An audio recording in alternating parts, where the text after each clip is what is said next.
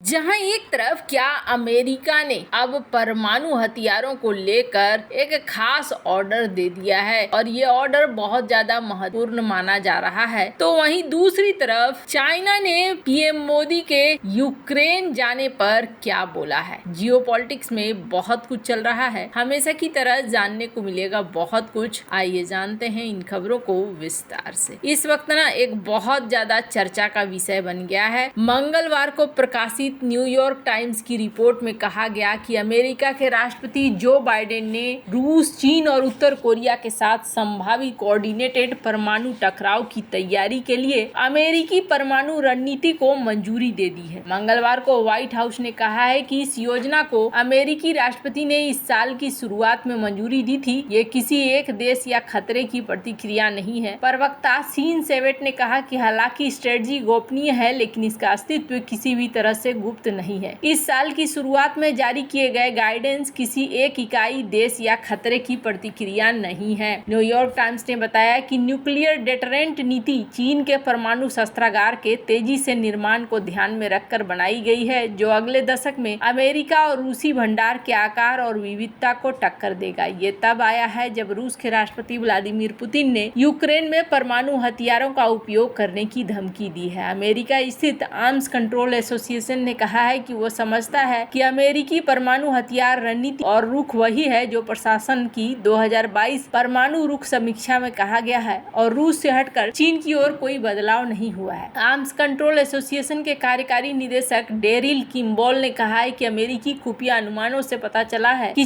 2030 तक अपने परमाणु शस्त्रागार का आकार 500 से बढ़ाकर 1000 वॉरहेड कर सकता है, जबकि रूस के पास वर्तमान में लगभग 4000 परमाणु वॉरहेड हैं और ये अमेरिकी परमाणु रणनीति के पीछे प्रमुख चालक बना हुआ है। टाइम्स के अनुसार बाइडेन ने मार्च में संशोधित रणनीति, जिसे परमाणु अप्लाइमेंट गाइडेंस कहा जाता है, उसे मंजूरी दी थी, लेकिन नीति परिवर्तन की एक अधिसूचना अभी तक कांग्रेस को प्रस्तुत नहीं की गई है। परमाणु हथियारों में कमी लाने की कई वर्षों की कोशिशों के बाद बाइडेन प्रशासन हाल ही में चीन और रूस की परमाणु रणनीतियों का मुकाबला करने के लिए अमेरिकी शस्त्रागार का विस्तार करने की इच्छा का संकेत दे रहे हैं। फरवरी में अमेरिका ने सहयोगियों को चेतावनी दी थी कि रूस अंतरिक्ष में परमाणु हथियार डालने की योजना बना सकता है। रिपोर्ट में कहा गया कि परमाणु हथियारों के निर्माण को लेकर दुनिया में खर्च 13% बढ़ गया है। मंगलवार को टाइम्स ने बताया कि बाइडेन प्रशासन के 2 बड़े अधिकारियों को पहले अमेरिकी परमाणु रणनीति में संशोधन का संकेत दिए बिना इसके अस्तित्व का खुलासा करने की अनुमति दी गई थी। जून में राष्ट्रीय सुरक्षा परिषद के एक वरिष्ठ निदेशक प्रणय वड्डी ने चेतावनी दी थी कि चीन और रूस द्वारा परमाणु रणनीति में कोई बदलाव न किए जाने पर अमेरिका मौजूदा हथियारों के आधुनिकीकरण से हटकर अपने शस्त्रागार का विस्तार करने के लिए तैयार है। वड्डी ने अत्यधिक गोपनीय दस्तावेजों का भी संकेत देते हुए कहा है कि इसमें रूस, चीन और उत्तर कोरिया को एक साथ रोकने की आवश्यकता पर जोर दिया गया है। न्यूक्लियर स्ट्रेटजी पर राष्ट्रपति बाइडेन ने तब दस्तखत किए हैं जब रूस के साथ अमेरिका का आखिरी प्रमुख परमाणु हथियार नियंत्रण समझौता न्यू स्टार्ट, जो कि अंतर महाद्वीपीय दूरी के परमाणु हथियारों पर सीमाएं निर्धारित करता है, वो 2026 की शुरुआत में समाप्त हो रहा है और उसके बाद के लिए दोनों देशों के बीच कोई समझौता नहीं हुआ है। चीन और रूस अब राजनीतिक और आर्थिक रूप से ज्यादा करीबी हैं। पिछले महीने चीनी और रूसी लंबी दूरी के बमवर्षक विमानों ने पहली बार अलास्का के पास एक साथ गश्त की है और दक्षिण चीन सागर में लाइव फायर अभ्यास किया है। अमेरिका की परमाणु स्ट्रेटजी में बदलाव होने के साथ ही तय हो गया है कि अब अमेरिका भी नए परमाणु हथियारों का निर्माण करेगा, जो ग्लोबल न्यूक्लियर रेस को काफी आगे तक बढ़ा देगा। इस बात से भी इनकार नहीं किया जा सकता है कि अब असल में दुनिया विनाश के रास्ते पर निकल पड़ी है। आपको बता दूं, स्क्रीन पर आप आर्टिकल देख सकते हैं। जिस तरीके से चाइना ने भी इस बात को कहा है कि ऐसा नहीं है कि हम इस जो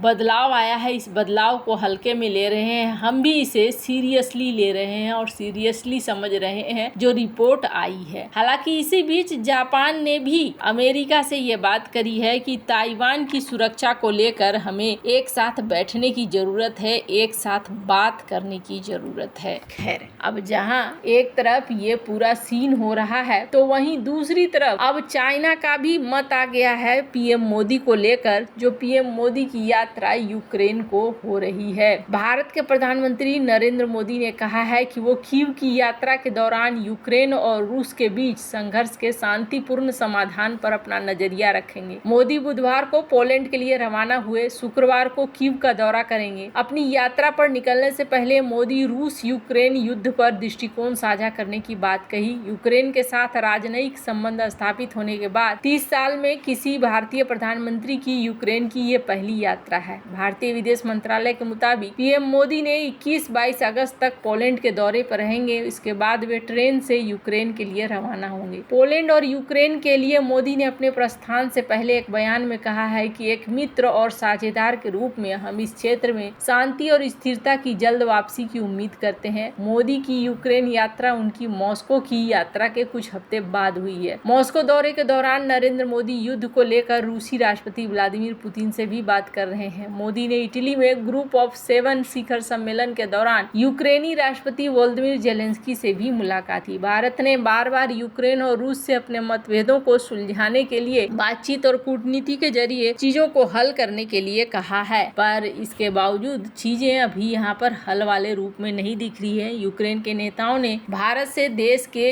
युद्धग्रस्त अर्थव्यवस्था की पुनर्निर्माण में मदद करने की अपील की है। यूक्रेन की ओर से आग्रह किया गया कि भारत संघर्ष को रोकने और देश को फिर खड़ा करने में मदद करेगा। यूक्रेन और रूस के बीच फरवरी 2022 से लड़ाई चल रही है। इस लड़ाई की शुरुआत रूसी सेना ने अपने पड़ोसी यूक्रेन पर आक्रमण से किया। इसके बाद से एक तरफ रूस है तो दूसरी तरफ अमेरिका पश्चिम की मदद से यूक्रेन की सेना भी मजबूती से लड़ रही है और ये युद्ध बहुत लंबा चला गया है। अब इस युद्ध में आगे क्या होगा कहना मुश्किल है। क्या जमीन से जमीन को लेकर शांति होगी या चीजें और भी ज्यादा बढ़ेंगी। पर यूक्रेन की इस यात्रा पर दुनिया भर की निगाहें हैं, तो वहीं चाइना ने भी इस यात्रा को लेकर ये कहा है। इन्होंने कहा है कि पहली बात की जो वो शांति वार्ता की बात है, इन्होंने इस बात को साफ कर दिया है कि शांति वार्ता के लिए भारत के पास भी लिमिटेड ऑप्शन है और भारत लिमिटेड ही इस पर बात करेगा। ऐसा कुछ नहीं है कि भारत बहुत ज्यादा इस पर बात करेगा, लेकिन भारत एक कूटनीतिक बैलेंस बनाकर चल रहा है और बैलेंस बनाते हुए काम कर रहा है। एक बात तो जरूर है कि यहाँ देखने को मिल रहा है कि भारत का कद जरूर बड़ा हो गया है, भारत के कद में बदलाव आया है और ये चीजें बता रही हैं कि भारत का महत्व दुनिया में काफी बढ़ चुका है। हालांकि पीएम मोदी ने पहले भी साफ किया है कि वो कोई शांति वार्ता कराने के लिए नहीं जा रहे हैं और ये जो मुलाकात है ये द्विपक्षीय मुलाकात है, एक दूसरे के साथ अच्छे रिश्ते वाली मुलाकात है, इससे ज्यादा कुछ भी नहीं है। वैसे आपको बता दूं, कुर्स्क में जो यूक्रेन की एंट्री हुई है उससे पहले ही इसकी घोषणा हो गई थी, इसलिए इस शेड्यूल को शायद तोड़ा न गया हो, पर आने वाले समय में कई सारी चीजें देखने को मिलने वाली है। ऐसा लगता है अगर ये युद्ध जल्दी समाप्त नहीं हुआ तो एक अलग बात होनी शुरू हो जाएगी। पर इसी वक्त चाइना के नंबर 2 यानी कि प्रीमियर ये पहुंचे हैं रूस, यानी कि कुछ खिचड़ी तो जरूर पक रही है। वैसे आपको क्या लगता है इन सब मामले में, आपकी क्या राय है, कमेंट कर जरूर बताएं। जल्द मिलते हैं अगले वीडियो में नई खबर के साथ।